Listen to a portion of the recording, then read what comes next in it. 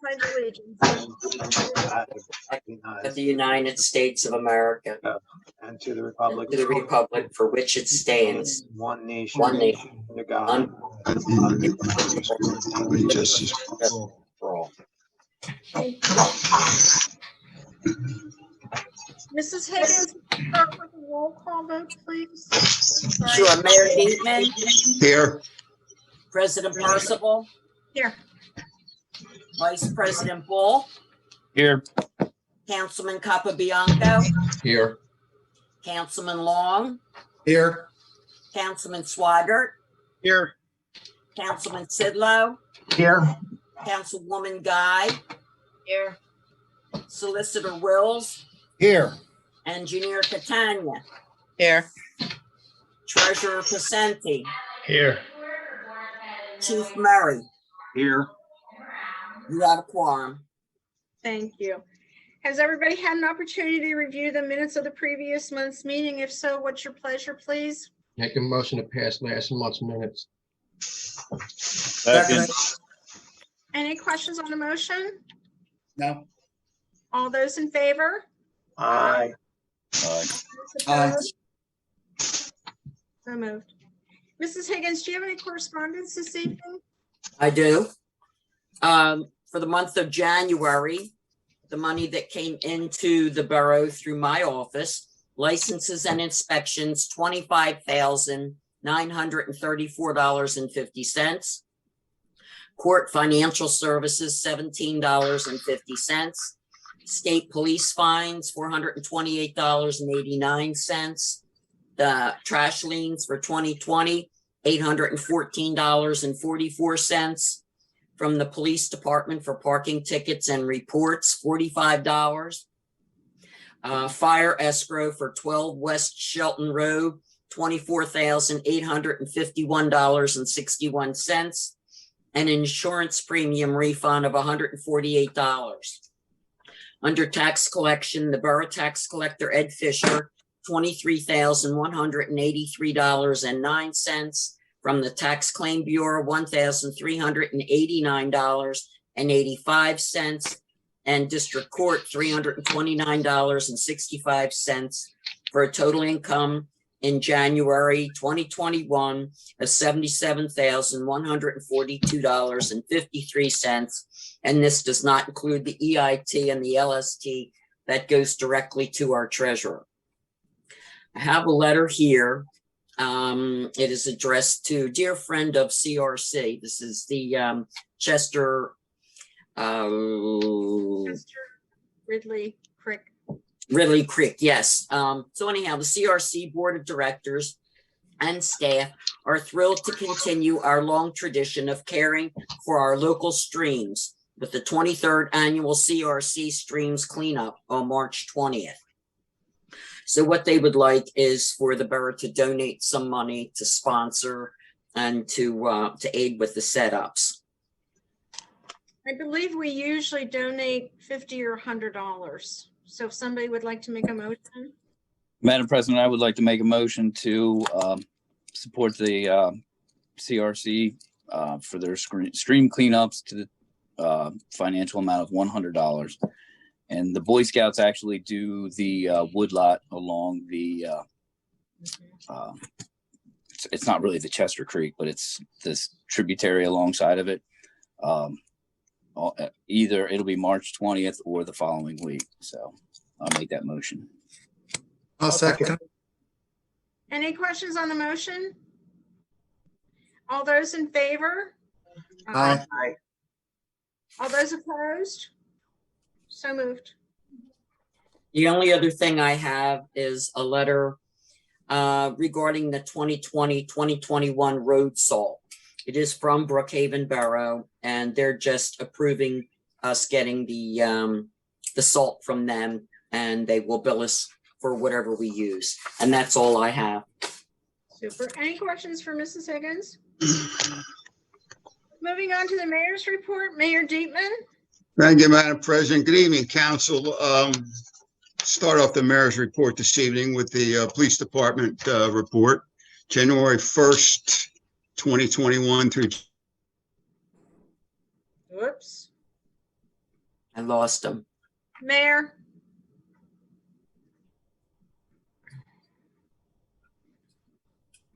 I think we lost the mayor.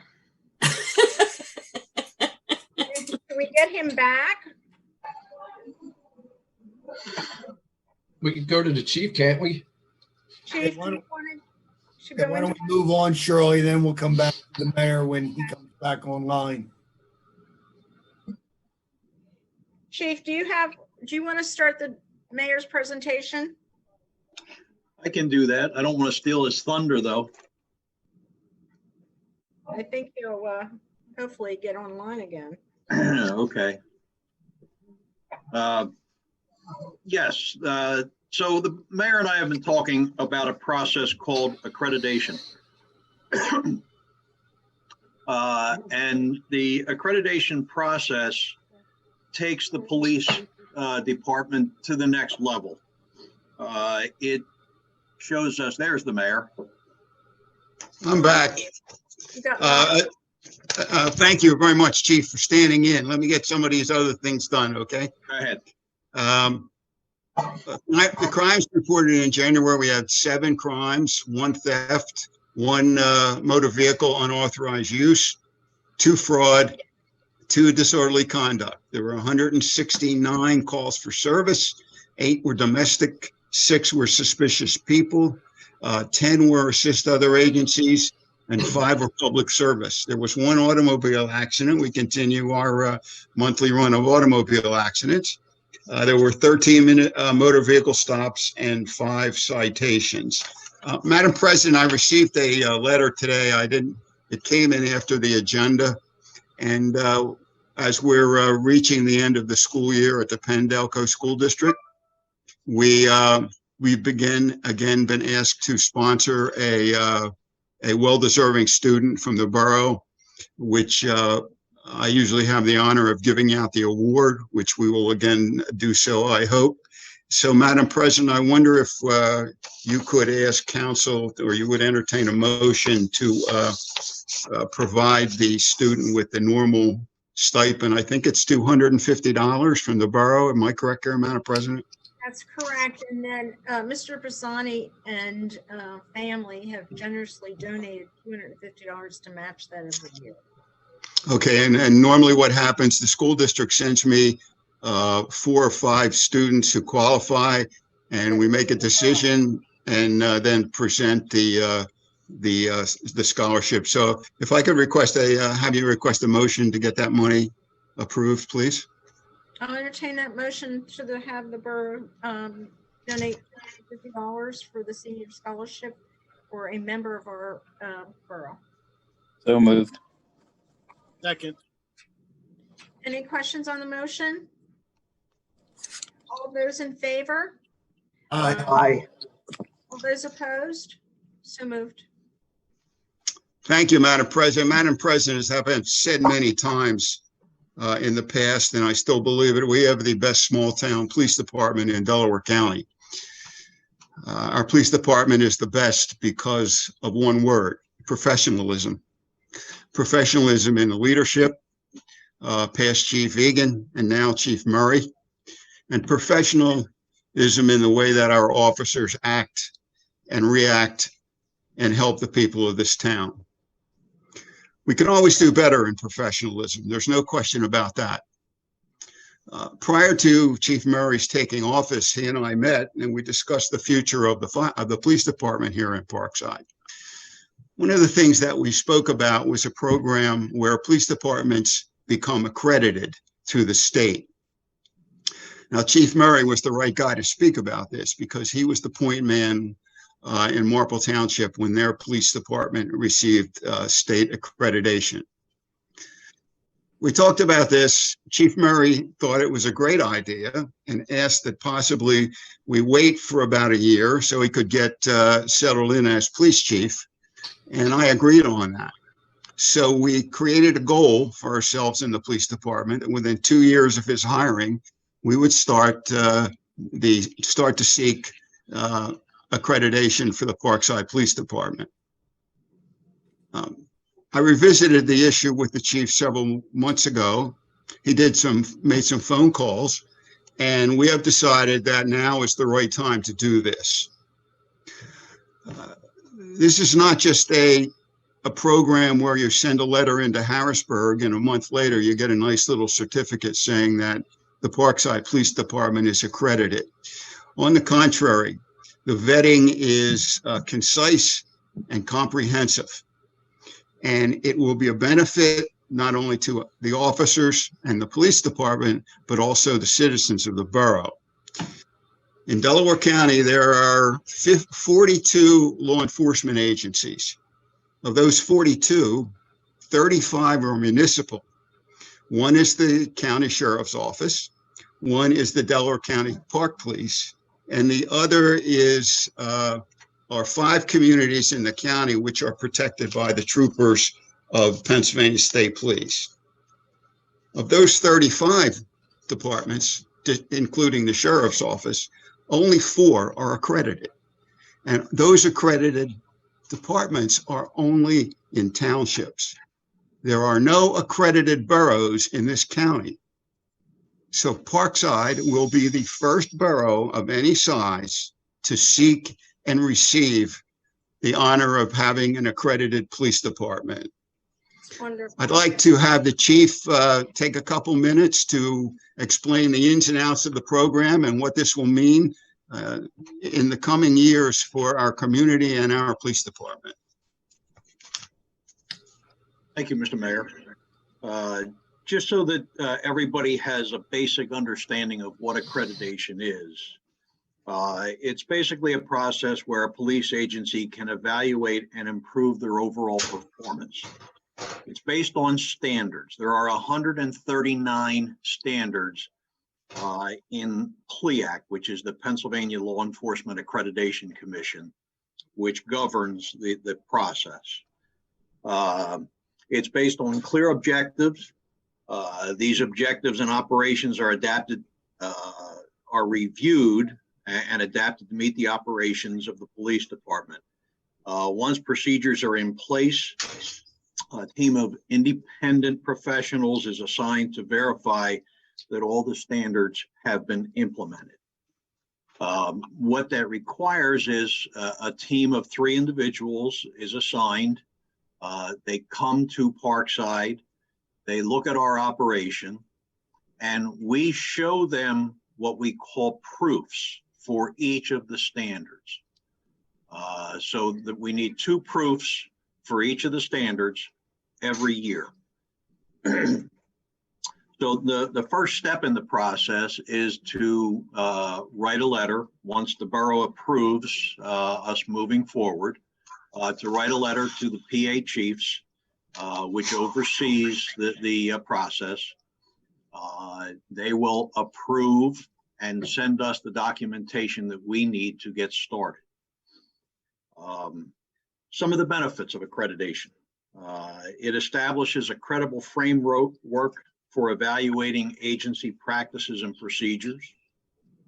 It reduces our risk to exposure to lawsuits.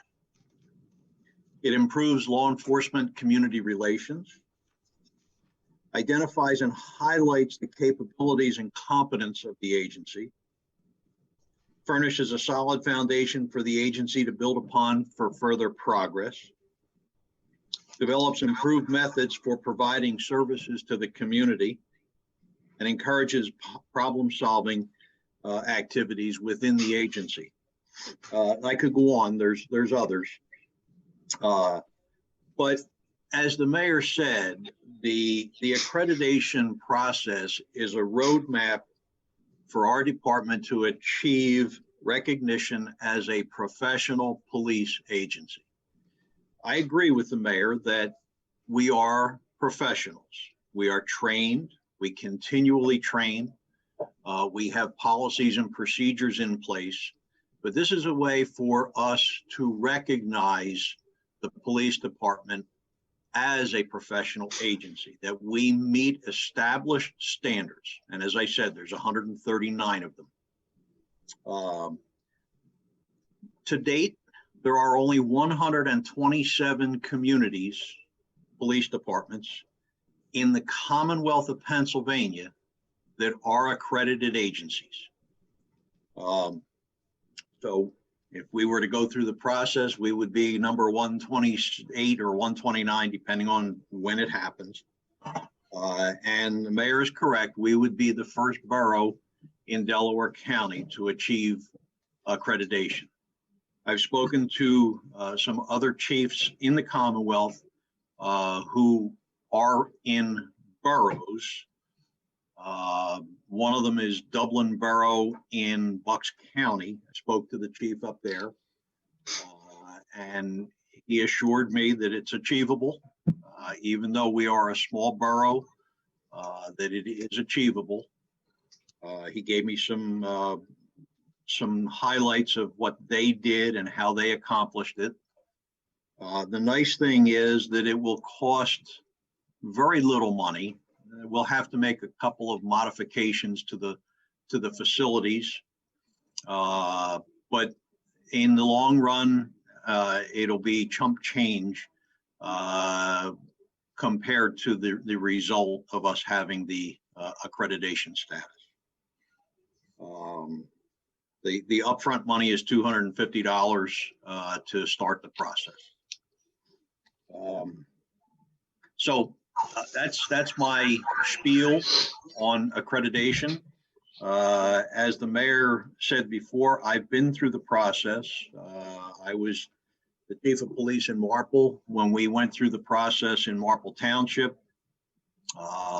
It took us a few years to get there, but having the benefit of having been through it before, and knowing the folks in Marple will assist us as we go through it, I don't think it will take near as long to achieve the accreditation here in Parkside. So if anybody has any questions, I'll be more than happy to answer. Chief, will this reduce the cost of our any and all law enforcement insurance policies? It can. That's something that it's kind of nebulous to put a dollar figure on something. But yeah, in Marple, we did see a reduction in our liability insurance. You know, that's hard to say. I'm not an insurance agent, but it should have some impact on our liability insurance.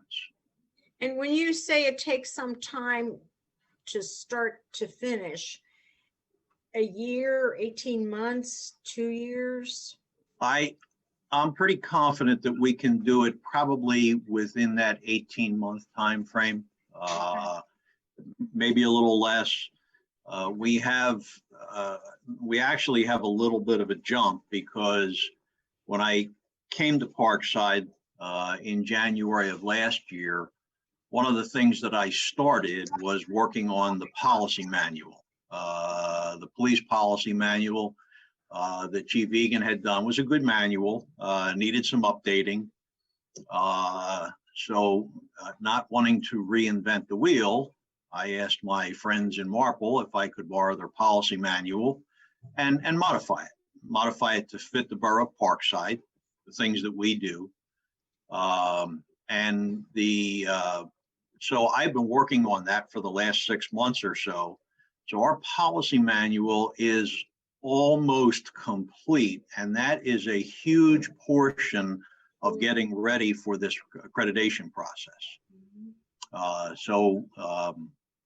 That gives us a leg up in getting ready to go through this process. Does anybody have any questions for the chief on this issue? I think it's very good that the police department wants to set a bar of excellence or a standard for itself, and that it's going to seek to accomplish that. And I think that's very commendable that that's a goal that you're setting for yourself. Thank you. It's a goal for our community as a whole. Of course. We must take, when this Madam President, we will take very high pride in knowing that we're the only borough in the county. Mr. Mayor. Madam President.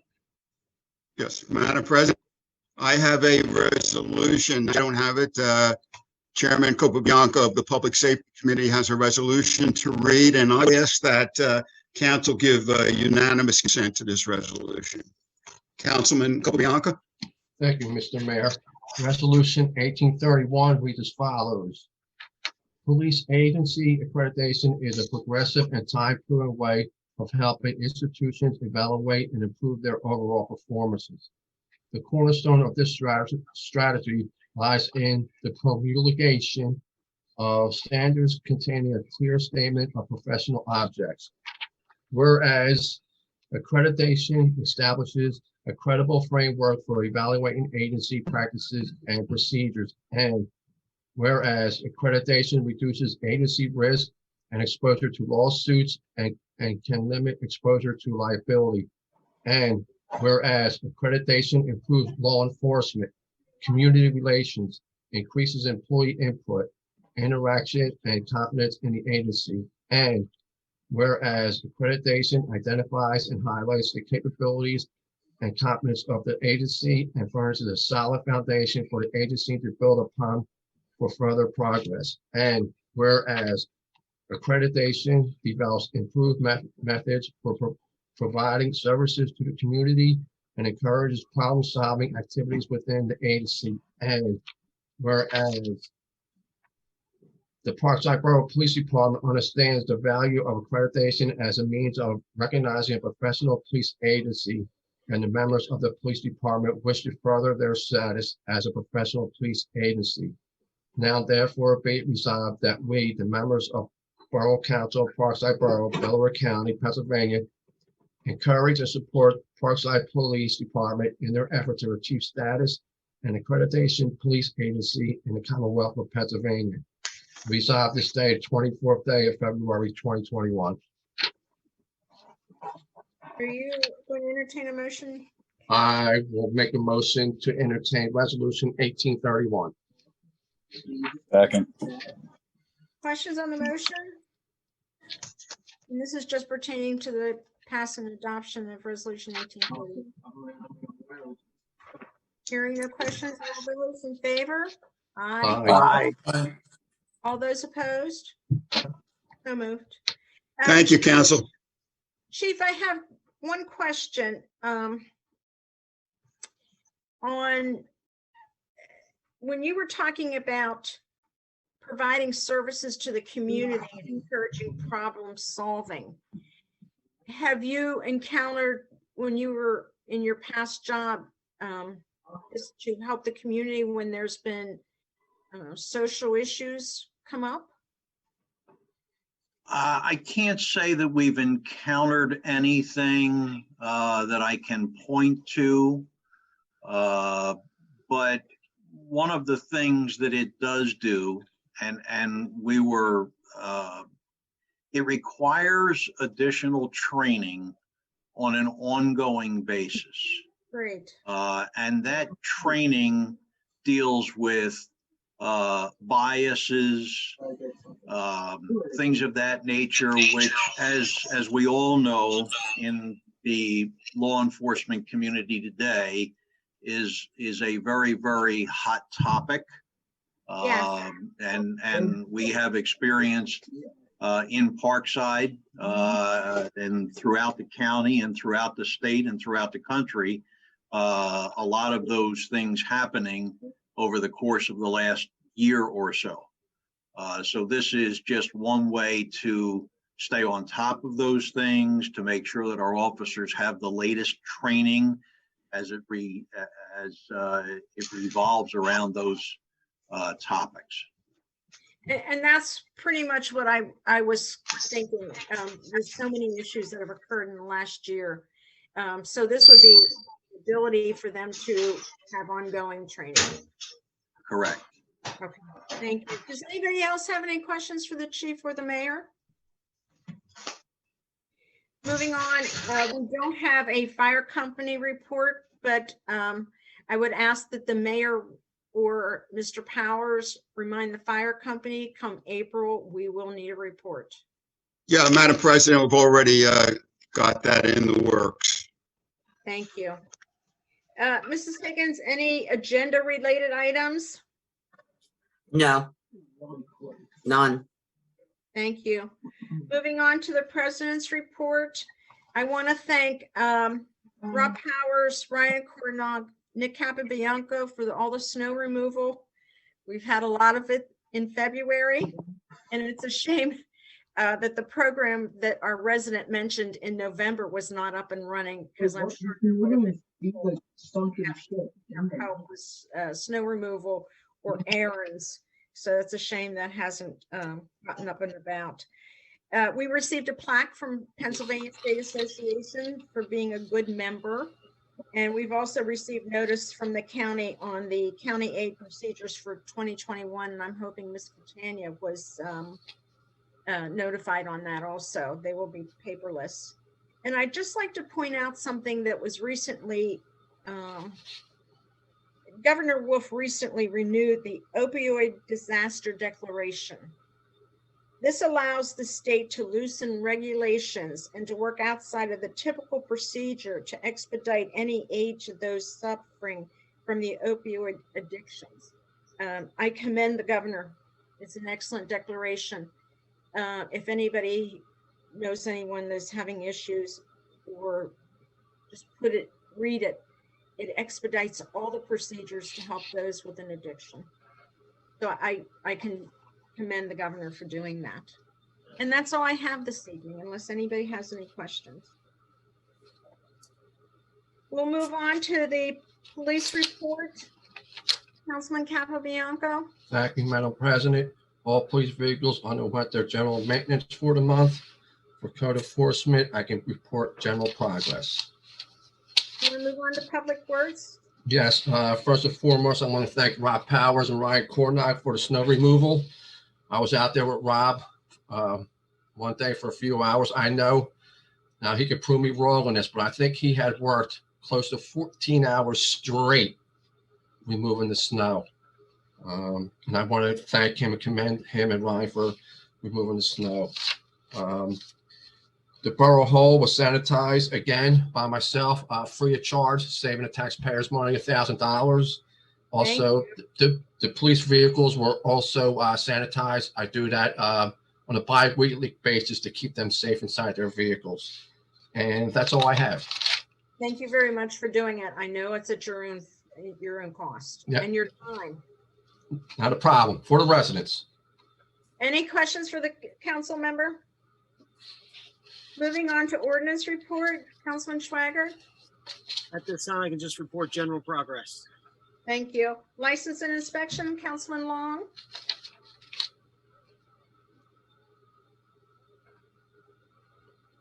We lose. Unmute. Here you go. Sorry about that. For the building permits, we had residential 8, commercial 0, plumbing residential 4, commercial 0, mechanical residential 0, commercial 0, electrical residential 0, commercial 0. Use and occupancy inspections were completed for 0, re-inspections 1, and the street opening permit issue was 0. That's all I have. Thank you. Any questions for Councilman Long? Moving on to emergency management, Mr. Powers. Thank you, Madam President. Just general progress for this month. Mrs. Higgins, for the record, you left me out of roll call. I'm sorry, Rob. Did I? Yes. Yes, I did. I'm sorry. And thank you, everybody, for the kind words on the snow removal and from the residents also. Great job. That's all I have. Long days. Would you like to move on to the fire marshal's report and the health inspector? General progress. Super. Any questions for Mr. Powers? Then we'll move on to the finance report. Vice President Bull. Thank you, Madam President and Council. I would like to make a motion to accept the treasurer's report. Second. Any questions on the motion? All those in favor? Aye. All those opposed? So moved. Perfect. Thank you, Madam President. I would like to make a motion to pay the bills. Second. Any questions on the motion? All those in favor? Aye. All those opposed? So moved. Thank you, Madam President. Moving along to the Woodlot Project. Please. There definitely is older signs. They are due for replacement. That's actually under, I'll report general progress on that. And the trail's kind of a little bit closed off for getting the Christmas trees chipped up. So as soon as we get a couple more of these really nice days like we had today, hopefully the snow will go away. We'll get the Christmas trees chipped up and get a better look at the some of the trail signage down there and have a better report for you in March. With Any that, questions? sorry. Any questions for the Vice President? Thank you. Thank you, Madam President. Moving on to recreation, again, Councilman Schweigert. And again, general progress.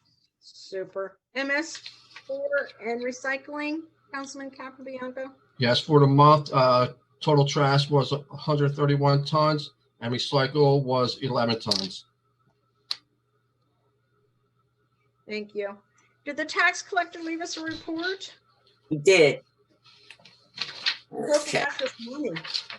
The treasurer has received a total of $35,575.47 to date. And that was the deposit in revenue from February 1st to February 23rd. That's it. Super, thank you. Our engineers report, Ms. Catania. I don't have a copy of the agenda. The only thing that I would have on the agenda this evening would be the county aid resolution. So I don't know if that made the agenda or not. Did not. It did not. Well, we can do it next month if you'd like to do it next month, or we can do it now. Doesn't matter because I'm not there to get it signed tonight anyway. Right. One of the things that we will have to take a look at is whether or not council is proposing to do a road program for 2021. If you are not, we need to send a letter with that resolution noting that we'd like to defer the county aid until 2022. Otherwise, I can just report general progress. I've spoken to the electrical engineer who is working on the verification of the design for the lights for the community development block grant. However, we've been told by the county Office of Housing and Community Development, they are still awaiting the environmental review to come back from HUD. They're expecting it at the end of March, so we do have some time before we can actually go out for bids for that project. So we're still on target with their schedule, with OHCD's schedule. That's all I have unless anyone has any questions. My feeling is that we do a road program, and with Nick out on the streets every morning as code officer, I would ask that when you're going through the streets, now the snow's mostly off of it, that you take a look at the streets and let's start a preliminary list of what needs done. Yes, I will do that. Well, I think we should use the money that we would spend on paving the roads. I think the roads are mostly in good shape. If there's a road not in good shape, I'd like to know about it. But instead that we use that same funding for replacing the street lights with LED light bulbs. Instead, Well, I could tell you right now, West Albond or Unit Block, there's holes all over it. If you go by that Spanish place on the corner, you'll lose an axle there. Arlington Road between Beechwood and West Avon, that's in dire need of repair. I know there's two. There's those two right off of. Take a look at it. I shall. And I honestly don't think that the residents would be happy having their street not paved, but having a new light to see the potholes. Well, I also think that the quality of light in the community would be improved. The lighting bills would go down, and you know, bills would go down insignificantly compared to somebody who's hitting a pothole every day in front of their house. Okay, well, I mean, I believe there's also patches that can be done for potholes, and let's take a look at the roads and see what they need to be done. But you know, I think that there's another use for the for the same funding that can be put into in a different direction. You know, the funding for the roads come out of liquid fuel. Right, and liquid fuels We've also, been through this 2 years now. And I honestly feel that the majority of the residents would rather have their streets paved than to have the lights replaced. And we are replacing the lights as they burn out with the LEDs. sure, I understand, but the quality of lighting in the community improves. The people walking their dogs in the evening enjoy the time more. It's the safe. If you believe that brighter lights equals safety, I don't believe that Parkside is an unsafe place. But if you believe in bright lights equaling safety, then safety. Well, he's is got a another point there. thing that you'll get. Because you'll need the lighting when you want to step over the potholes. You betcha. You betcha. Okay, let's please send me pictures of potholes. I don't. You Come know. at the end of West Garrison, and there's Oh, Patsy. going to Avon Road. Nick has some. So let's start with a preliminary list of roads that need repaired. If I may just interject, 2 years ago, we went through the borough and evaluated every road in the borough. So I still have that list. And It was I'd be extensive. glad to share that if anyone is interested. Lisa, I know there was numerous roads we could not do last year because the road in front of the fire company was in such poor shape. Would you shoot those over to us that were not done last year? I certainly will. And Madam President, I would like to add for any resident watching this film today or this video, please send in your request of the potholes on their streets to Linda Higgins. Let them come out and let them see all the potholes. Thank you. Does anybody else have anything for the engineer? I'm sorry, Mr. Schwager, did you have something? Yes, as we're analyzing the roads that need to be repaved, just to keep in mind, I know Pico's coming through and doing the work with the gas. If we can kind of keep in mind what streets I think it'd be a shame to repave a road just to have it dug up like 6 months later and then poorly. I mean, they could patch it real well, but it's not as nice as a freshly paved road. We've discussed that with Pico. To the point that Councilman Swagger just mentioned, one of the things you may want to look at, remember, if Pico does a roadway, they're only going to do a single lane. I was successful in one of our other municipalities. They gave us a fee in lieu, and we had the liquid fuels money as well as their fee in lieu contribution and did from curb to curb. So that may be, I'm not aware, I haven't seen any information as far as what is going on with Pico. So if you want to share that, I can certainly give you an idea of what the cost would be to do curb to curb on that road, particular road. Let me ask Councilman Bianco get something over to you in the next week. Yeah. I think they're still discussing it through permit issues. Yeah, I could probably call Michelle Garrity, and Michelle would forward that over to me. Okay. Does anybody have anything for the engineer? Moving on to the solicitor, Mr. Wills. Yes, thank you, Madam President, and good evening, everyone.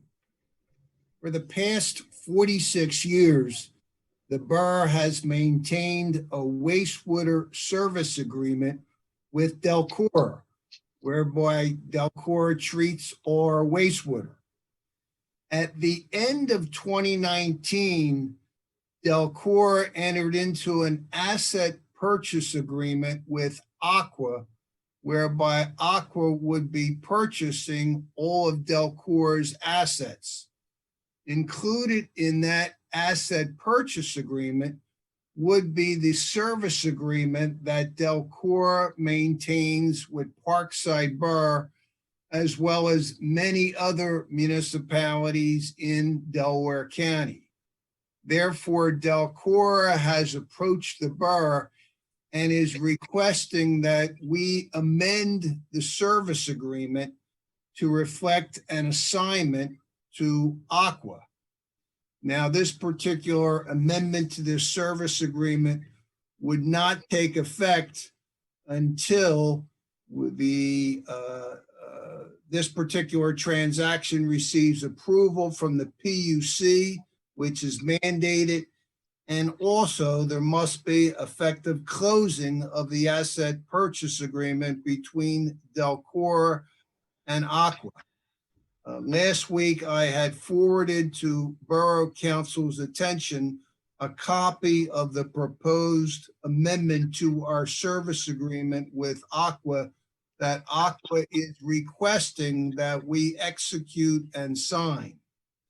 I have invited a representative here from Delcor in case there are any particular questions for Borough Council.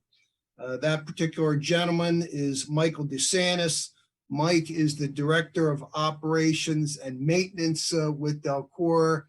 He is part of our Zoom conference here this evening and is simply standby at this time unless, Mike, you have any other, any additional statements you'd like to make at this time? First of all, thank you, everyone, and good evening. Madam President and Council, greatly appreciate your time. Jay has done an excellent job in summarizing. There's only one additional item that I would add. In the amendment, it also addresses that if there is a closing after approval, that in addition to assigning the agreement to Aqua, the borough also would be agreeing to rates being set by the Pennsylvania Public Utility Commission as opposed to the Board of Delcor. So that is the rest of the amendment. I just wanted to make sure it was very clear to everybody. Otherwise, Jay, I just want to make sure that everybody understands, as well as myself, this agreement does not go into effect until all the pending lawsuits are over with. PUC agrees. I mean, this is just preliminary, correct? So, yes, Madam President, the situation is that there are two scheduled meetings of Public Utility Commission. And those meetings, following that, the plan is for a closing 30 to 45 days after that. Obviously, as most of everyone's aware, there's some pending litigation that would have to be addressed too. So really, the time frame could potentially be very short, meaning that if there's a PUC approval followed by closing, literally by May 1st, this could happen. Now, obviously, that's the fastest scenario, and I can't comment on what's going to happen with any of these things. I'm not in that position. That's not my area of expertise.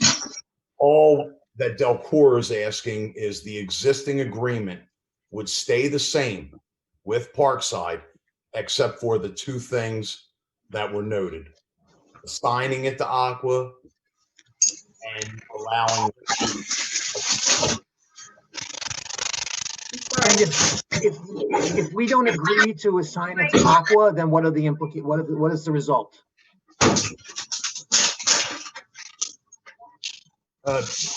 Sir, if you don't agree to the assignment, as I'm not an attorney, I would think that the agreement would be in limbo. Now, obviously, you're still going to get sewer service because it's in the interest of public health.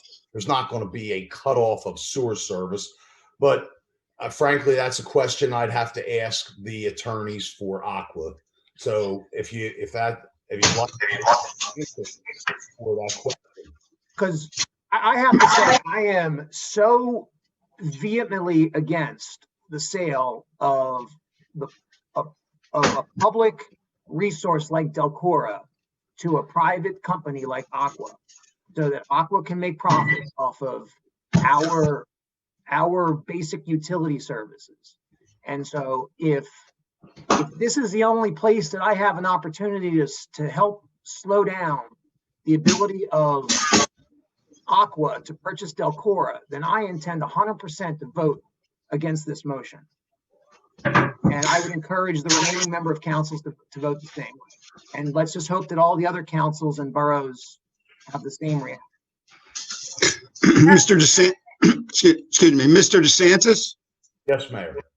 I must tell you that this may be a historic meeting because I actually agree with Mr. Sidlow. Question is about rate increases. I'm assuming that from what you said, and again, much about this kind of stuff, but if the board had voted for an increase, that's to the board alone, at that point, the board did not have to go to the UC for approval. Is that correct? So currently, Mayor, the Delcora is not governed by the Pennsylvania Public Utility Commission. Okay. We are currently a municipal authority under the Pennsylvania Municipal Authorities Act. And as such, our rate making is totally done by the board of directors. I have seen in the past 2 years, living in Delaware County in Pennsylvania, that the PUC rate increase. So my question would be, how is the public themselves on a rate increase by the PUC vis-a-vis a rate increase by the board of Delcora at this point? Some negotiating power here. So Aqua will, if there is a closing, the rates you have currently will not change. They cannot change by law until there is a rate case in front of the PUC. So if this closing were to happen, we go from a public entity to a private entity. Your rates, everyone's rates remain the same. Aqua brings a rate case. It remains the same, sir, until there is a rate case. At that time, a rate case is presented to PUC. There are a series of public hearings at every rate case. They listen to, they take them either telephonically, in person, Zoom. They have the rate case. People can testify, they can put in protests, and they go through the normal PUC process. And PUC then determines. So what is the general benefit to the public, specifically Parkside, to this type of takeover of the Delcora by Aqua? Is there a benefit at all? So the purpose behind the move is the capital expenses that Delcora is facing. We're facing over $1 billion. And basically the majority of that capital will have to be invested in the next 10 years. And these are due to regulatory impacts. We have a long-term control plan that we must do, make many improvements. We also have, Philadelphia has a long-term control plan, and our rate is raising their rates so high. They just had a 17% rate increase. And they're raising their rates so high that it's impacting Delaware County, because a large portion of Delaware County, the wastewater we collect, some of them collector or municipal authorities such as Darby Creek Joint Authority, Muckinapades and all, they bring their flow to us. We send it to Philadelphia. We're going to move out of Philadelphia because we don't control the rate increases. Their rate increases are exorbitant, and they're also dumping their long-term control plan on the residents of Delaware County. In 2013, Philadelphia Water Department quoted $178 million that we, Delcora, would pay on behalf of the Delaware County residents served by PWD for their long-term control plan. By the end of 2017, it was $605 million, and it continues to go up. We cannot physically, we just cannot absorb those rates. That said, Aqua has the ability to be able to bring capital in from various sources other than just the sources that Delcor has available.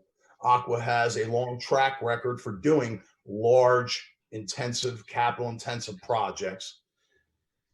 Aqua serves a majority of county residents already in some way, shape, or form, either through water or wastewater, excuse me.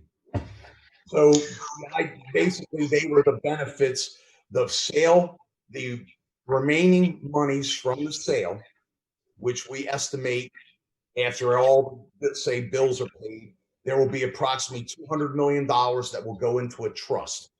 That will be used to keep the rates fixed at 3% for a period as long as the trust lasts. Now, based where all the financial experts give the trust 8 to 11 years.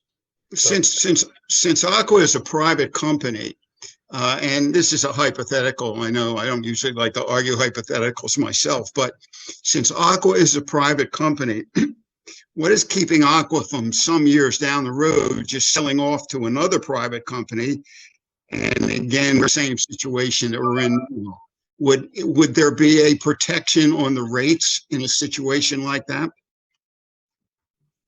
I don't know the answer to that, sir. I would say certainly down the road, somewhere in the future, that there could be the potential, as there always would be, that they could sell to someone else. Okay, thank you, Mr. Sanis. I appreciate you attending.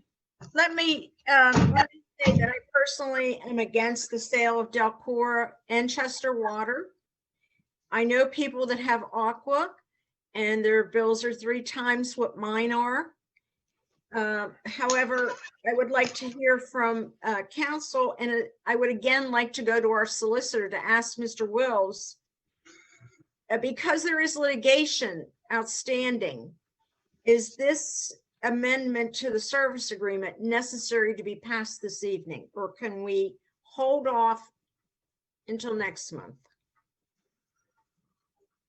Yeah, obviously, there is ongoing litigation, and this matter still has to be approved by the PUC. So if your question, Madam President, is will this litigation and or PUC approval be forthcoming within the next 30 days, I believe the answer is no. So unless I don't have information available this evening at my fingertips, my answer would be that I don't see necessarily any immediate harm to the borough if we defer the vote on this particular issue for 30 days. Okay. Madam President, I would like everybody's opinion on this. We already heard from Scott. Everybody knows how I feel. Councilman Capabianco? I would like to echo Sidlow's words, and I stand by Councilman Sidlow not to do this. Okay, we will postpone it. Vice President Bull? I would like to make a motion to table. I think we should do this in person. Table for a length of time or table indefinite? Well, we can't do it indefinitely. Let's table this till April, please. Table until April. Do I have a second on Vice President's motion? Second. Any questions on the motion? Because we have not heard from everybody on council. Okay, so this would basically be to table this, I'm assuming, for approximately 60 days then. We're at the February meeting, so we would consider this again at the April monthly meeting. So the vote would be to defer for approximately 60 days. Yes. Any questions on the motion? All those in favor to table for 60 days? Aye. Anybody oppose? So moved. We will table that for 60 days and thank Mr. DeSantis for his help this evening. I greatly appreciate all of your time. Thank you very much and have a great evening. Thank you. Again, Mike, appreciate your attendance and the information that you brought to bear here this evening. Thanks, Jay.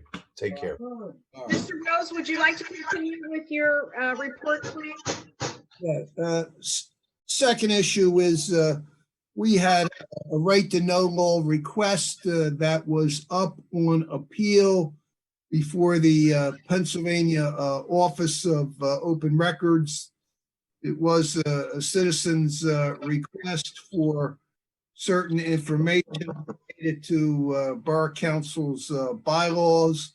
The Open Records Officer had initially denied that request on the position that that information simply did not exist.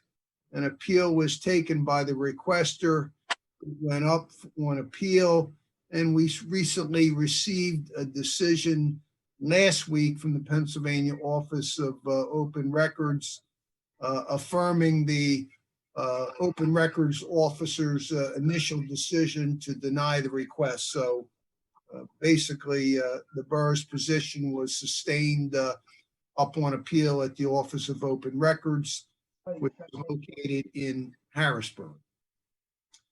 Third issue I have, Madam President, simply concerns tax assessment appeal cases in the borough. As we all know, beginning in 2021, every real estate Parkside Borough was reassessed pursuant to court order, and they were reassessed throughout the county of Delaware. The period to take a tax assessment appeal to the Delaware County Court of Common Pleas was up until January 31st of 2021. So the appeal period has now been completed, and I'm pleased to advise I am not in receipt of any tax assessment appeal cases. So apparently everybody must be at least somewhat satisfied as to their new property tax assessment, because I am not in receipt of any appeals affecting any of the properties in Parkside Borough. That is actually good news. Fourthly, I can report general progress. Super. Any questions for the solicitor? Yes, please. I have a question. On your second item, so basically, we don't have any bylaws? Yeah, the specific request for was council bylaws. The borough of Parkside, to my knowledge, and based on speaking with certainly a number of sources, we have never enacted any quote bylaw. So that particular request was denied because the documents simply do not exist. Is it called something else? That I don't know. It was very difficult to, again, we have to take the document request on its face. We are not charged with trying to do a subjective interpretation when a right to know law request comes in. That is why the law says the requester should be as specific as possible, because really the borough doesn't have the latitude to try to perform a subjective interpretation of what the requester may be trying to obtain. Does anybody have any other questions for the solicitor? If not, we're going to move on. I do. I would like to ask if, I'd like to express my concern again that we are not having open meetings as required under the Sunshine Law. I'm looking here at the very beginning when I asked Jay when he thought we would have open meetings again. But I think you're not understanding what open meetings mean. I think open meeting through the executive session that we had in which you were present, we were within the rights of the Sunshine Law to do what we're doing. But well, I'd like to read something from our website here, which is part of the announcement that was published when we. Guy, would you wait until new business, please? Sure, I'd be happy to. Thank you. Moving on, Mrs. Higgins, did anybody have anything for call to citizens? If not, we're going to move to unfinished business. No. Unfinished business, I understand, Councilman Sidlow, you have something this evening? Oh, yeah, that's correct. Is it possible to share my screen? Stand by 1 second. Okay. Well, I think what we need to do is just go by your statistics. Still playing? Okay. I hear somebody yelling in the background, so. I'm sorry, that's my son. Henry, I need you to be quiet right now, please. Do you want to start with your statistics? I think we all have, you've copied everybody on that. Yeah, so we had a Pico contractor come out and do a lighting audit of the building. Councilman Capo Bianco and I and Councilman Bull met with the auditor. Councilman Bianco was very prepared for the meeting. He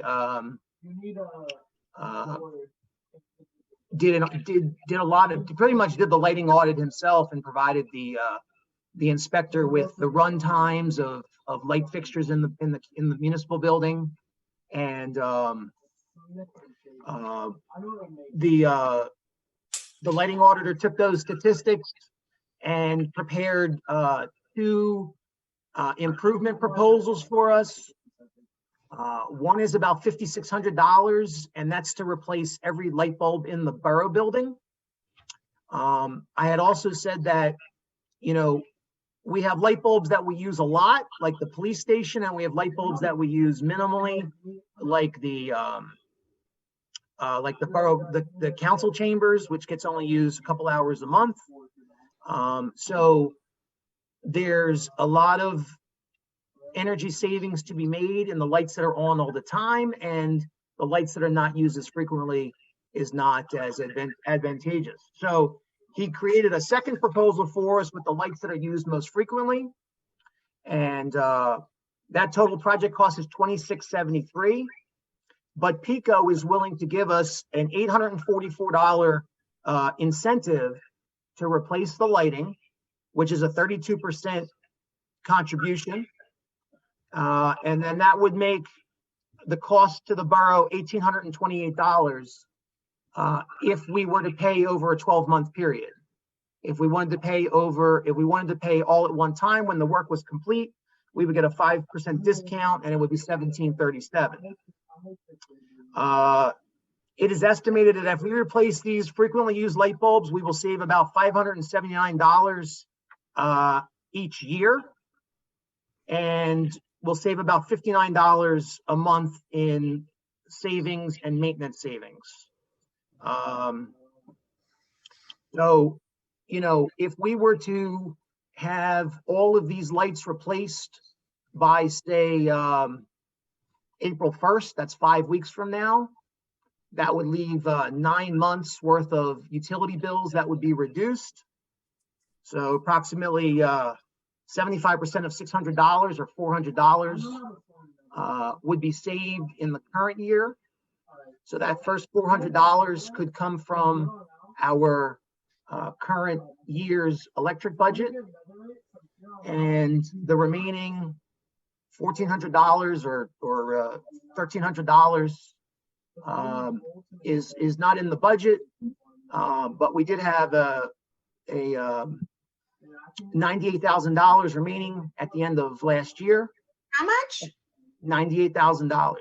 I believe we had $25,000 left at the end of the year. I would have to pull my budget out though. Is Mr. Pacenti on the line? Can he verify that? I have to pull it up. I don't have it in front of me. But you're saying the audit will be done soon. You'll get the correct reserve when that's done. That'll be the exact reserve. 25 or 30 at the end of the year. That I don't know. I don't know off the top of my head. I think it was a little bit more than 30, sure, but not much. But it wasn't 98. Oh, that's 100,000. I'm sorry. Go ahead, Scott. Okay. Well, I was under the impression we had. So anyway, I think that because this is an unusual purchase in that we will save money by investing money, I think it is, and by the way, I advocated this to be in the budget when we were doing budget negotiations, but because this is an unusual purchase that will have a reduction in future years, I feel there's value to either paying this off at $150 a month or getting the 5% discount and taking a couple dollars out of savings. If we finance it over 12 months, then the months that we purchase it in the new year will come out of next year's budget and not this year's budget. All right, let me start with the borough building. As you know, we have light bulbs that have already been purchased with taxpayer dollars. And we have been changing them over, as Vice President Bull and Councilman Capabianco has said, for the last 2 years. Your cost factor for the municipal building to change over everything after their discount is $5,043.36. Now, I am not advocating we purchase make that purchase. Okay, because that would take us over 6 years to have any kind of recoup. Right. That proposal is not the proposal that I'm suggesting. Then let me look at the police department, because that cost is almost $2,000, and to recoup our figures would be over 2.5 years to recoup that. Again, we are on a no spend policy because we had to increase the property taxes and the trash fee this year. And I honestly, where is that no spend policy? Because you've been referring to that since the day I joined this council. 2 years. It's council's policy for protocol not to spend any money over $500 without council's approval. Which is why I'm here at council to make that request. And because of the COVID and our money is so tight with people being unemployed, and we don't have the income we had before, whether it was from building permits or court checks, LST, which is, earned income tax. I mean, I can go through the whole gambit if I had my budget here of all the things that have gone down. Plus, we're supporting the fire company this year, which increased taxes, along with contractual issues for the police department. So this was not budgeted. But I honestly, my opinion, and I will throw this out to council, is we already spent money for light bulbs. Why would we spend more money that would take us 2.5 years to pay back to recoup? And we don't know what technology will be in 2 or 3 years. So that's my opinion, but I want to throw it out to council before you can I reply to that? I do want to say that lighting technology is very evolved, and LEDs are here to stay, and they're not going to change in 2 or 3 years. And the other issue is that the value of the light bulbs that we have pre-purchased, which was a mistake to pre-purchase, a $4 or $3 fluorescent light bulb has thousands of dollars of additional electricity beyond the same LED light bulb. The usage cost of these light bulbs that we already exist is greater than the cost of disposing of the light bulb and never using it. You already paid our tax dollars, our taxpayers have paid the cost once. You're asking them to dispose of the light bulbs and start all over again. Absolutely, because it's more expensive to run the light bulbs than it is to use the light bulbs. I just wanted to make sure that I understood as a taxpayer that you want to throw out the light bulbs my tax dollars paid for and start all over again. Yes, because. Okay. Does anybody on council have questions or concerns for Mr. Councilman Sidlow? I do. Go ahead. I'm just concerned. I mean, Mr. Sidlow brought up about the money that we have, the surplus of money, like we should say $30,000. We need that money for in case of emergencies throughout the town. I don't think Mr. Sidlow was on council when it happened, something happened over in West Garrison with the water main. Yeah. It was going to cost, we didn't know if it was going to be Parkside or the water company at $15,000 to fix. Fortunately, it wasn't ours. We need that money because if we didn't have that money, where's that money going to come to fix that water main? We had a problem down, I believe, Councilman Bull, wasn't there something going on down in the Woodlot with the return of water or something? Well, we have a number of issues that come up over time that have to be addressed. I'm a big fan of saving money. I'm a big fan of making sure we have money to pay our bills. And I'm not putting Mr. Sidlow's idea down, but I'm just saying that with less than $40,000. I have my budget copy. I mean, I'm not saying anything against Mr. Sidlow, but I'm just saying we need to worry more about bigger things that could happen in Parkside than light bulbs that we already have purchased. I'm just concerned that where do we come up with this money? We put this money to pay for light bulbs, something happens and we're short of money. Where do we come up with that money? And that was a cave-in of the inside of an inlet. Yes, that was the inlet over in West Garrison or somewhere. Upland Road, and it's Tom Sweeney. Tom Sweeney. Right, and we weren't sure. We had to fight with the water company who was going to pay for that. And I believe it was a $15,000 bill. And we had the same issue with the interior of brickwork of an inlet down at Park Valley. That was it. And that's what I'm not saying anything, Mr. Sidlow. I mean, I'm all for saving money with electric, but also we have to put money aside for emergencies. Like anybody who owns their own house, everybody has an emergency fund for whatever. Mm-hmm.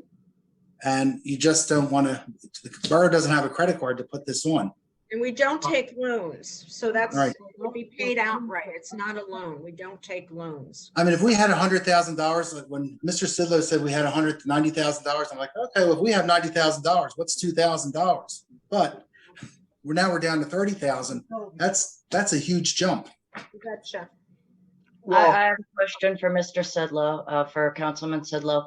How much would we save per year once we've made this transition? $579 each year. Actually, it says on your quote, $48.25 is a monthly electric savings. That's monthly. And the question was annually. $579 annually. And you said this will pay for itself in 2.5 years? 2.5 years, that's correct. And because of the discount, it would be an outlay of around $1,800. If we bought it all, if we did not, we can finance it over 12 months, pay $152, which would total out to be $1,800, or we can pay all at one time and get a 5% discount, and it would be $1,737. So it's either $1,828 over 12 months or $1,737 over at one time when the work is complete. And I just want to emphasize again that if we pay it over time, $1,828, $600 or about $400 will be saved in 2021. That would get subtracted from our electric expenses, or that would be added to our electric expenses. So the first $400 is not additional money that we're spending this year. If we finance it over time, then 3 or 4 months of the 12-month payoff would be in 2021. So we're not taking money from 2021. We're probably spending about $900 to $1,000 additional in 2021 if we finance it over 12 months. The boroughs don't finance. But it's an outright cost. The borough does not finance. Right, but the contractor will accept payment in 12 increments. We're not financing it. The contractor will accept payment in 12 increments. That was nice of them. Does anybody else have any questions? Mr. Sidlow, I would suggest that you bring this to the floor as a motion. Okay. We'll do a roll call unless somebody else has any questions or concerns. One more question on this. Yes. Can this be brought up to the residents? Since the residents are going to have to pay for this and already paid for the light bulbs, is there a way we can give it to the residents to? We are elected to govern residents as a whole and to make financially prudent decisions with their money. Okay. That would be, it's unfortunate we do not have public comment this evening so that we could hear that. I don't think it's fortunate or unfortunate. The issue is We have 4 people in the audience. this was unbudgeted. We are on a strict budget. I'm not sure what part of that no spending. I don't understand why you don't understand that, Mr. Sidlow. I just don't. Mr. Sidlow, would you entertain a motion? Okay, I move that we purchase from Pico's vendor the And do we know who the vendor is? Would you like to name it? yes, it's Centrica Business Solution Services. I propose we accept the proposal from Centrica Business Solution Services in the amount of $1,829 to be paid over in $152 increments over 12 months to replace the most frequently used light bulbs in the borough building. Once Before we again, do this, not finance, so you need to reword your motion to include a total cost versus a finance. Okay. I move that we invest $1,829 that can be paid in 12 increments. It's not finance, ma'am. It's paid in increments of $152 so that we can replace the most commonly used light fixtures in the borough building. I second. Mrs. Higgins, would you do a roll call vote on the motion, please? I certainly will. Let's see here. Okay, Mr. Sidlow, Aye. Miss Guy, Aye. Mr. Swigert, No. Councilman Long, no.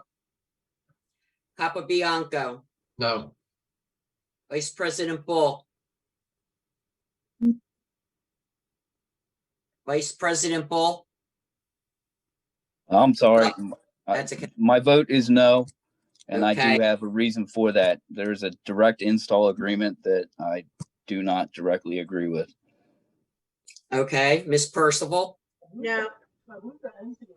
Okay, it's 1, 2, 3, 4, 5 to 2 Thank you. against. Mm-hmm. Sidlow, do you have anything else this evening, or can we move on to new business? We can discuss new business. I think that was unfinished business. I had Mr. Sidlow under unfinished. Unfinished, yes. Moving on to new business. Would anybody like to address new business? I would. I would like to discuss my concerns. Hold on. I got your 10-minute timer. That's sarcasm. I'm sorry. Thank you. You're welcome. It won't take 10 minutes. I would like to express my concern that we are not holding open meetings as described under the Sunshine Act. On our website, it says in the announcement that we would be holding Zoom meetings, it says, all questions and comments will be read at the time of the meeting and recorded into the minutes of each council meeting. And there have been numerous emails that we have gotten from residents that have never been read into the meeting, and we are essentially silencing our residents by not allowing them to attend the meetings and by not reading their emails when they send them in. And some of them have specifically asked that the letters be read into the minutes, and they have not been. And so if we are going to continue having Zoom meetings, I believe that we should do as Brookhaven does and hold meetings that the residents can participate in. Any email that comes in has been replied to, and council has all been copied on any email that has come in. And It does not say on the website that emails will be responded to or read into the minutes. It specifically says, and I'm guessing that Miss Solicitor Wills wrote this, that all emails or letters will be read. And I'm guessing that that's in order to follow the law, that he said that all letters would be read. All letters, Madam President, all letters are recorded in the minutes. If they were responded by email and not read on the Zoom meeting, they still were added to the minutes. If you look at the minutes, they're all added in there. I will check that. I would say, again, we've gone through this with Brookhaven and other municipalities that are much larger than we are. They have the resources to have somebody monitor and bring people in and out of the Zoom meetings. We don't have that. Do we not have Steve on here? Please hold on. We Okay. had an executive session, and it was all brought up by our solicitor, and I'm sure Mr. Wills would be happy to recap that we are within the law of what we are doing. Ms. Higgins, am I correct in saying that them letters are added to the minutes?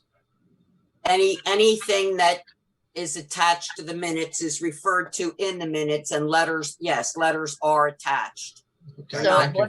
what about letters that are not read at the meetings? Are they also attached Do to you the have minutes? one specifically that you're interested in that you'd like to? There was one from former Councilman Howell that he wrote about the electric shock collar.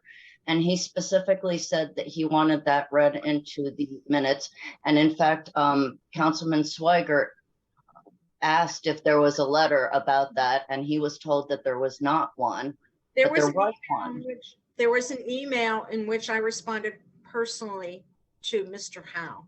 I know, but that's not what it says on the website here. It says all meetings,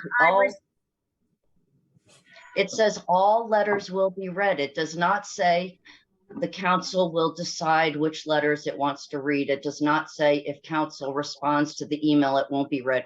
It says all letters will be read. After I responded to Mr. Howe personally, he thanked me and said it was not necessary to go any further. Well, there have been other letters, and I can send them. I can send them to you. Sure, and you're aware. If you could bring it to my attention, I'd be happy to find out what's going on. I'd be glad to. But in the meantime, I would like to make a motion that we begin allowing our residents to participate in the meetings so that we are not in violation of the Sunshine Act. And I will say that our solicitor has given us legal advice that we are not in violation. You were at the executive session. Actually, I'd like to hear from him right now. Are we in fact? Could you please reiterate what you stated to council in executive session several months ago? Oh, yes, I will, Madam President. As everybody is aware, last spring, Governor Wolf signed special legislation, basically COVID-19 disaster emergency legislation that affected how local government meetings may be conducted. And the legislation authorized that government meetings can be conducted through an authorized telecommunications device. This Zoom meeting is in fact an authorized telecommunications device. Now, the legislation also authorized two means of public participation. Number one, the public participation could be through the authorized telecommunications device. That means active participation in the Zoom meeting, or another authorized way of public participation is through the submission of written comments. This Borough Council has elected thus far to allow public participation through the submission of written comments.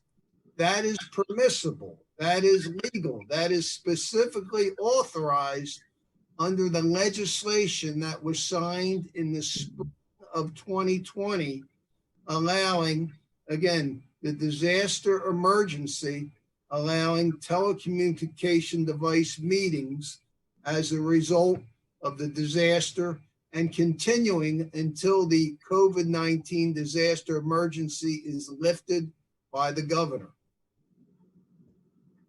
Okay, so if we're not reading the comments that residents are sending, are we still within the law, or are we violating their rights under the Sunshine Act? Well, if citizens are submitting written comments, then certainly those written comments should be read into the record. Thank you.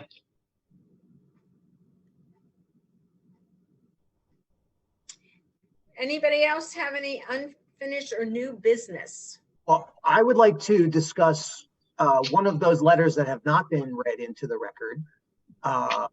There's a resident, Dylan Reeves, who has written to us for the second time. She wrote to us in November. following the November meeting, concerned about an incident that happened in that meeting. And she has reiterated her comments, and she's looking for some minimum standards of conduct to define harassment and discrimination, a formal complaints process, and a fair investigative process, and potentially an independent ethics commission, and that council will try to restore civility to itself. So it's not a long letter, but I believe it was replied to personally by Councilman Long. I don't know if the council member has a copy with him or not. Yes, I do. Would you like to read Ms. Dillon's letter first and then your response? I can do that.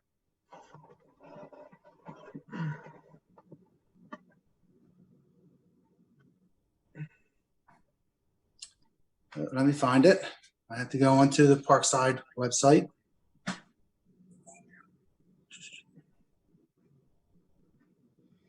Here we go. February 19th, 2021. Dear President Percival and members of Parkside Borough Council, I submitted a letter to Parkside Borough Council on November 24th, 2020 in regards to public comments made by Council Member Eric Long at the November 2020 Borough Council meeting. In the public apology issued by Council Member Eric Long at the December 16, 2020 Borough Council meeting, Mr. Long expressed remorse for the offense his remarks may have caused, but not without describing misguised perceived provocation. It was, however, a reasonable, if partial, resolution to the public affair. In the 90 days since I submitted my original letter to Council, no response has been made for the requests outlined below. Therefore, I am resubmitting the following items to be considered. If these items will not be considered or regarded by a member of Council, I request that these items are presented as public comment. However, if there is a legitimate basis for not presenting portion of this letter as it pertains to Council affairs, please advise. The items include the formal establishment of minimum standards of conduct which clearly define and prohibit any and all forms of discrimination and harassment which meet or exceed relevant existing state and federal criteria. The adoption of a formal complaints process with reporting options and procedures for the fair investigation and resolution of complaints filed against borough employees. The formal consideration of an independent ethics commission or appointee to oversee the establishment of an official code of conduct policy. That council will take it upon itself to take immediate actions to restore stability in borough business, such as settling private disputes outside of public meetings, demonstrating bipartisan cooperation, encouraging resident engagement and participation, voluntarily seek out appropriate training opportunities and or refraining from personal attacks and verbal written communication. I appreciate your consideration of the above items and all efforts undertaken to ensure the efficient, fair, and ethical administration of our borough and diverse community. Sincerely, Dylan Reeves, 215 West Shelton Road, Parkside, Pennsylvania. So I'd asked, my response was that I talked to President Percival, since my name was attached to it. It seems I'm the hot topic for Parkside lately. And I wrote, good morning. I asked President Percival if she would mind if I respond to your email since you mentioned my name. President Percival agreed. I want to thank you as a concerned resident of Parkside bringing up such matters in which Parkside should consider from your email. It's residents like you that make Parkside great. I want to apologize for not responding back to earlier. I had all intentions, but got sidetracked. When you sent the first email of concern, I already apologized to President Percival right after the November meeting and said I would make an official apology at the December meeting. At December's meeting, I apologized to the residents of Parkside for my outburst. For the most part, people are content when an apology is given and the person holds themselves accountable for their actions, and some don't. That is their prerogative.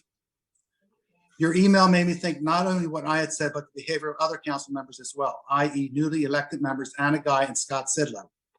What you are asking, I consider to be a political racism.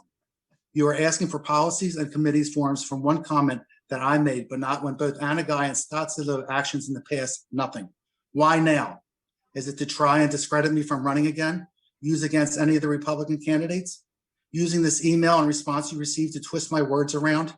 You and a few select others are so intent in gaslighting what I said, but not gaslighting the actions and behavior of both Anna Guy and Scott Sidlow. It goes both ways. thus not being bipartisan as you requested. In the 5 years as a council member, I made one comment in which I regret saying, and you and a few others have gaslighted this into something bigger than it should be. Fortunately, I had the integrity and maturity to publicly apologize for my comment, more than Anna Guy or Scott Sidlow has done. Apologies do go a long way. Anna stares into space when a resident addressed her Twitter post, refusing to answer any questions directed towards her from any resident. This is nothing more than a witch hunt.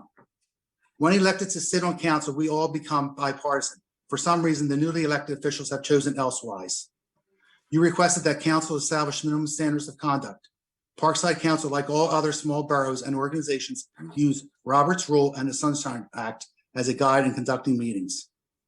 For the record, the public and the elected officials are more likely to participate in a meaningful discussion if they are familiar with the governing body's agenda process and with its rules of procedures. As for the formal complaint process with borough employees, I believe you are speaking for another resident who has a personal issue with their employees. She has made this quite clear with her comments on social media. Any concerns with any borough employee should be brought to the attention of the president of council with factual documentation, that's capitalized. On a side note, how come all of a sudden borough employees are targeted? All of our employees have been working for the borough for years, not one complaint until the last 2 years. Perhaps we need to start looking at the common denominators who have been an issue with one or more employee. If a resident has any issues with an employee, express your concerns with the president of council via email, letter, or a phone call, along with factual proof. Just how fair do you think an investigation in this town can be conducted? Who does the investigation? President of council, the mayor, the solicitor? Remember, the solicitor is incompetent according to Anna Guy. Chief of police, or do you suggest creating a position which would have to be a paid position where taxes would have to be raised? Why should the residents be penalized by raised taxes to only appease a few disgruntled or jealous residents? Once again, a political witch hunt. If an ethics committee is created, would this committee pertain to all council members and employees or just a few select that a few residents feel the need to gaslight and reprimand? Ethically and morally, I did the right thing. I apologize for my outbursts. More than I can say than both Anna Guy or Scott Sidlow. They have shown their true colors for the lack of integrity as an elected official for Parkside. Once again, we follow Robert's Rule for ethics. And yes, we all know how I detoured from Robert's Rule. Where do you think funding will come to pay for these committees? Bake sale, basket of cheer, designer handbag, bingo? We are a small town working on a resident-based tax system. As you know, we do not have many businesses to help Parkside sustain. Up to now, with a small such group of residents that created the division for their own agendas, Parkside never needed such committees, i.e. ethics committee. There are a number of questions I have in evaluating an ethics commission will be useful for our small community, such as, what is your overall goal? What do you want an ethics commission to do? How would commission members be selected? What powers would the commission have? What resources are available to support the commission? What decision-making process should you use to determine whether a commission is right for the community? Each of these questions pertaining and establishing an ethics committee for Parkside needs to be answered and addressed. And once again, where in Parkside will you find a resident who has an objective opinion? Will the committee be made up of all Democrats, independents, or Republicans? Will it be a director of such committee? The mayor, the president of council, the police chief? How many will be represented on the ethics committee? In restoring civility within the borough, it goes both ways, inside and outside the office. I believe civility has been restored to the best it can be at this time. As for resident engagement, council can only encourage residents' participation. The first step was to raise the bar with recreational events. I took Parkside's events from half-dead ducks in a bucket with a free pretzel and water ice to riding the bull and food trucks. My first event, Easter, went from 18 in attendance to 100. We ran out of eggs, first time in Parkside. Community Day, from 100 in attendance to close to 800 in my first year. This is when the residents became active within the community. I took the events directed at only children to something families could enjoy. Both children and adults, all residents of all ages came out and enjoyed themselves. These events could never have happened without the awesome committee members of the Recreation Committee. You mentioned refraining from personal attacks and verbal written communications. Personal and professional attacks come from both sides. Unfortunately, all this animosity came from a resident that started Parkside's first Facebook page and posted wrong information about a council, and the verbal attacks began. All because one man did not hear the entire story on recycling. As for professional attacks, one resident said on social media, code enforcer Capobianco is corrupt. The woman was asked to present factual proof. She failed to do so. Another resident accused our building inspector of being rude and not knowing what he is doing. Once again, it was asked to present factual information to council. She was a no-show. The damage was done. Once it's posted on social media, it's a done deal. These two women, to me, lost all credibility. You asked about training. As for training, what sort of training do you suggest for this? And who pays for the training? The three newly elected officials attended Borough Council camp last year.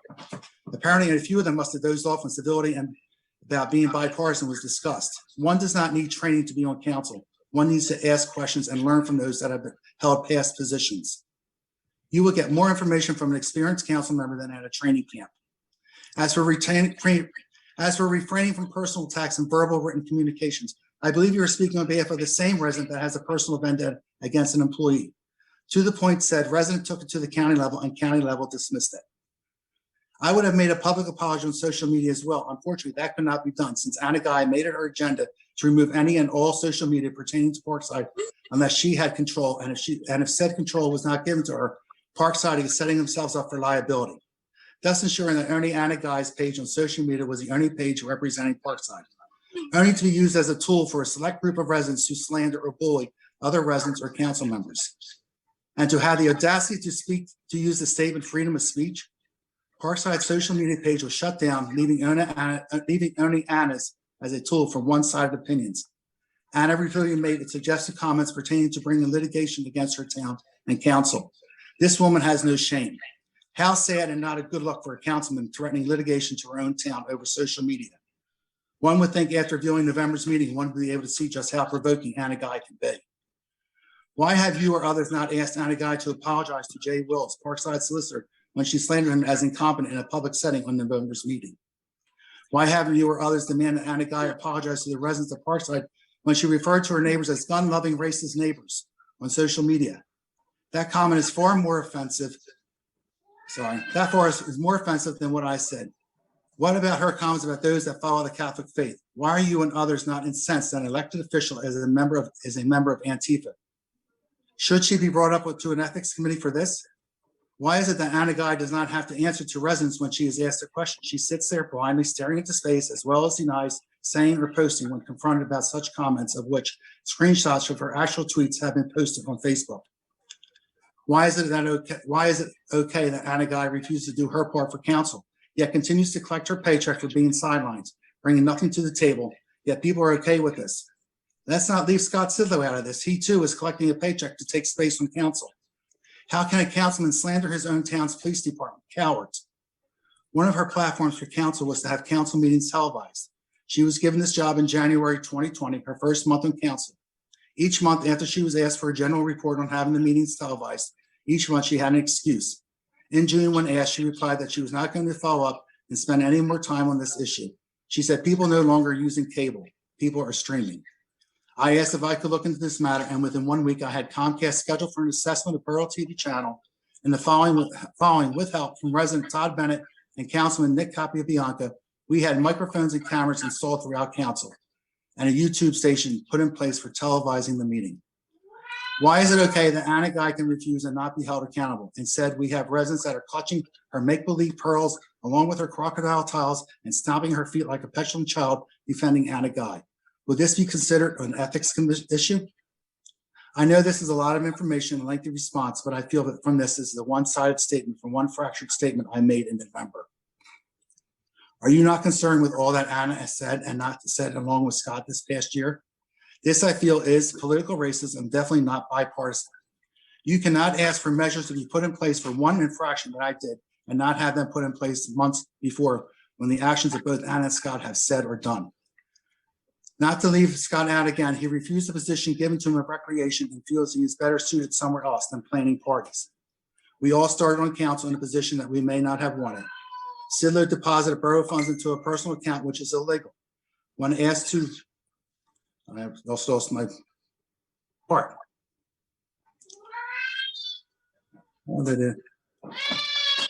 We all have started on council in a position that we may not have wanted. Sidler deposited borough funds into a personal account, which is illegal. When asked to return the funds, he stalled. Who does this? There is one topic you forgot to mention, and to one resident, it is a sore topic: bylaws. Any town or borough of a certain number of residents, bylaws are not necessary. We, as other boroughs and towns, use the above laws mentioned. Parkside, from the beginning of the borough and its corporation, has used said laws in governing. In conclusion, what you are suggesting is a matter of all council and borough employees or nothing. Once again, bipartisan is preached but not practiced.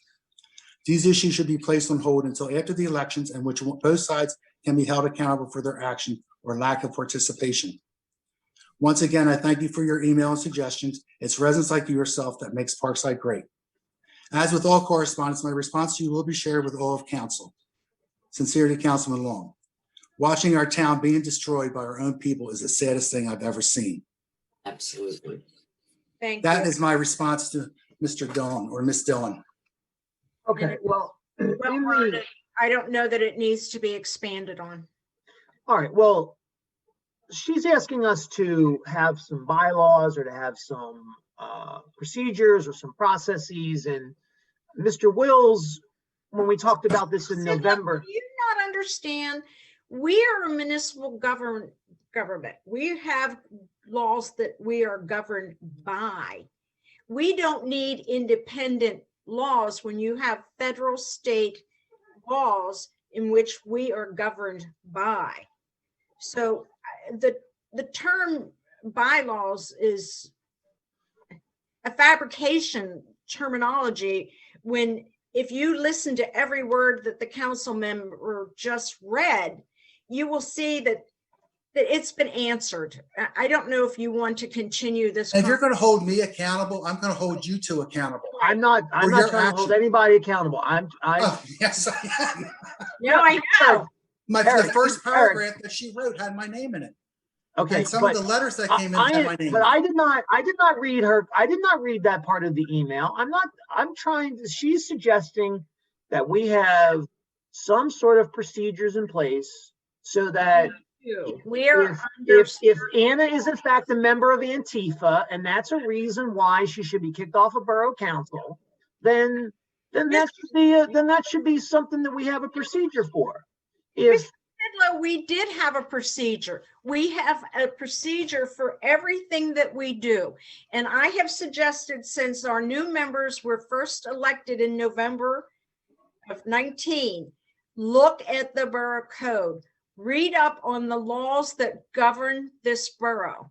And I will be honest, the word nonpartisan is not in the vocabulary of several members here. And I was told, and I won't say who said it, Mrs. Guy, that we are not a team. You will say who said it. But we are not a team. So unless anybody else has a comment, I do have one thing under new business, and I will address Mrs. Guy because you're the owner and administrator of a Parkside website on Facebook. You posted something on a political event that was held this past Sunday. I would like to know if, being nonpartisan, if I forward to you a political event of another political persuasion, will it be posted on your website? Shirley, you are welcome to join the group and post it yourself. I have never said that you can't. I will send it to you through email if there's another event. I'd be happy to. Thank you. Does anybody have anything else? Because I'll entertain a motion to adjourn at this point. I'll make that motion. Second. Thank you all. Good evening.